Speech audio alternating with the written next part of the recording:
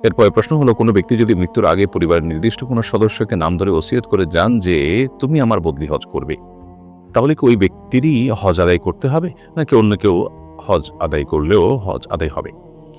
উত্তর হলো যে কোনো ব্যক্তি যদি তার ফরজ হজ বাকি থাকে, এই ফরজ হজ আদায় করার জন্য তিনি যদি ওসিয়ত করে যান, তাহলে তার রেখে যাওয়া সম্পদ থেকে সে ওসিয়ত কার্যকর করতে হবে। আর যদি তিনি কোনো সম্পদ রেখে না যান, এমনিতে কাউকে ওসিয়ত করে যান, তাহলে তার জন্য সেটা মানা সবসময় আবশ্যক নয়। যদি তার সামর্থ্য থাকে এবং তিনি তার সন্তান এবং পরিবারের সদস্য হন, তাহলে তাদের সেটা লক্ষ্য করা কর্তব্য, যদি তারা সমর্থবান হন। আর যদি তিনি তার সম্পদ থেকে ওসিয়ত করে যান হজ করাবার জন্য এবং তার ফরজ হজ বাকি থেকে যায়, তাহলে সেক্ষেত্রে অবশ্যই তার সে সম্পদ থেকে হজের ব্যবস্থা করতে হবে। আর যদি নফল হজ হয়, নফল হজের ওসিয়ত করলে সেক্ষেত্রে সেটা তার টোটাল যে সম্পদ রেখে যাচ্ছেন সেই সম্পদের 1/3 মধ্যে যদি হজ করা যায়, তাহলে সেটি কার্যকর হবে, অর্থাৎ সেটি কার্যকর করা যাবে।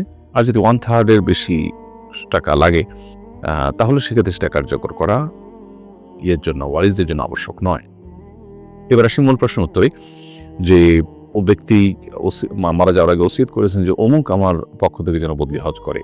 এই অমুক বদলি হজ করে এটা বলার পর যদি তিনি এমনভাবে বলে দেন যে অন্য কেউ না, সেই যেন করে, তাহলে সেক্ষেত্রে ওই ব্যক্তি তার বদলি হজ তাকে দিয়ে করানো কর্তব্য। আর যদি এরকম করে না বলে এমনিতে বলে অমুকে যেন করে বা অমুকে করলে ভালো হয়, তাহলে তিনি কোনো কারণে করতে না পারলে বা তার বিকল্প কাউকে দিয়ে করাতে চাইলে পরিবার, সেটাতেও তার ওসিয়ত আদায় হয়ে যাবে।